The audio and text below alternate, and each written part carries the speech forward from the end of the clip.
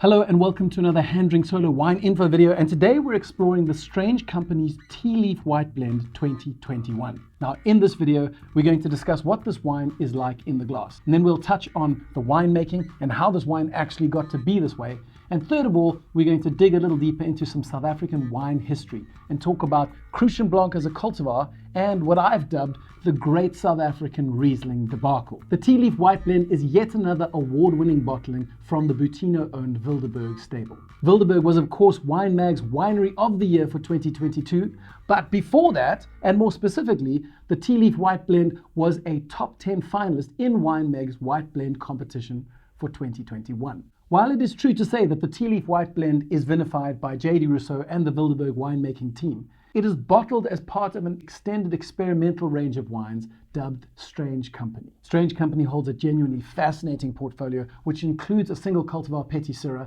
as well as an old vine Palomino. That said, we can talk about gimmicky, obscure wines all day, but they're useless unless they also happen to be delicious. Which brings us to what this wine is like in the glass.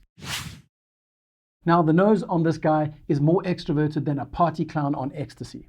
There are just waves and waves of rich fruit of different categories, from pineapple to peach fruit to citrus. And it's not just fruit, there are some other delightful elements that complicate it all. For starters, a sort of flinty, smoky riverstone element, as well as a sweeter butter toffee component. And it's this little toffee element that then shifts those fresher pineapple notes into roasted pineapple and takes what was fresh peach and turns it into sort of baked peach cobbler. It really is hugely engaging. And when one takes a sip, not one iota of complexity is lost from the nose onto the palate.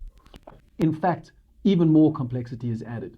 Because above and beyond the waves of fruit that I just mentioned on the nose, there is an added texture. In fact, I would say this is one of the richest, most textured wines that I've drunk in the entire year of 2022. Damn, dog. For real? Yeah, for real. And finally, as is seemingly often the case with the wines from J.D. Rousseau, there is a seam of saline that runs through it all. And this, of course, is an absolute treat when lent up against the rich roasted pineapple and baked peach notes.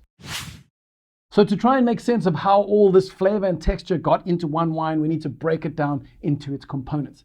The biggest component is old vine Chenin Blanc at about 44%, which was planted in 1976.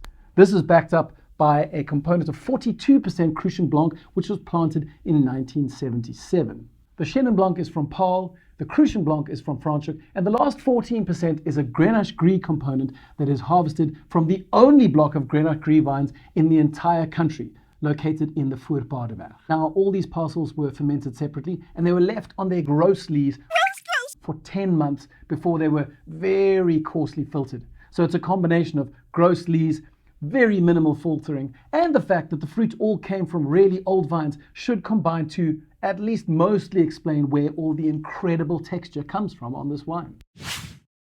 At this point, you'd be forgiven for saying, "Han, forget about the winemaking details. I don't even know what Crouchen Blanc is." After all, it's hardly a household name amongst South African wine cultivars. Now, the simple answer is that it's a rather neutral grape that comes from the Riesling region down in the south of France. But it has a rather complicated history because while the grape itself may be fairly simple, seemingly the art of identifying Crouchen Blanc is not at all simple. For example, a shipment of Crouchen Blanc left South Africa and arrived in Clare Valley, Australia, where it was mistakenly identified as Semillon. And then in a bizarre twist of events, it ended up being labeled as Riesling. And that's a mystery that perhaps we can unpack on another day. Meanwhile, earlier in South Africa in 1650, a similar mix-up occurred when a shipment of Crouchen Blanc arrived in South Africa and was mistakenly labeled as Cape Riesling, or Paarl Riesling, or South African Riesling. Problems arose when, a decade later, the actual, real German noble Riesling arrived in the Cape and therefore had to be dubbed Rhine Riesling or Weisse Riesling in order to differentiate it from the already existent Cape Riesling / Paarl Riesling / Crouchen Blanc. As I said, this confusion began in the 1650s, 1660s and was perpetuated for 360 years until in 2009, the legislation was finally changed so that Crouchen Blanc was no longer allowed to be called any sort of Riesling, whether Cape or Paarl or South African. This meant that Weisse or Rhine Riesling could now just be called Riesling, as is right and good.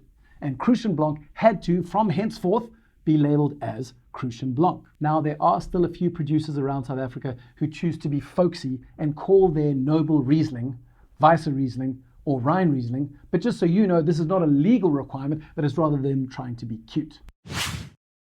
Finally, there is one more point of confusion that still exists out there, and that is Emerald Riesling, which is neither Crouchen Blanc or Noble Riesling, but is rather believed to be a cross between Muscadel and Riesling that was produced in California. Though more recently, it's been reported that perhaps it doesn't involve Riesling at all, and is in fact a blend of Grenache Blanc and Muscadel. So that's all we have time for today. But if you enjoyed today's video, then why not subscribe to the Hand Drink Solo YouTube channel, where we publish at least 6 videos each month covering topics like wine science, wine history, unusual cultivars, and some of the rising winemaking stars coming out of the South African winelands.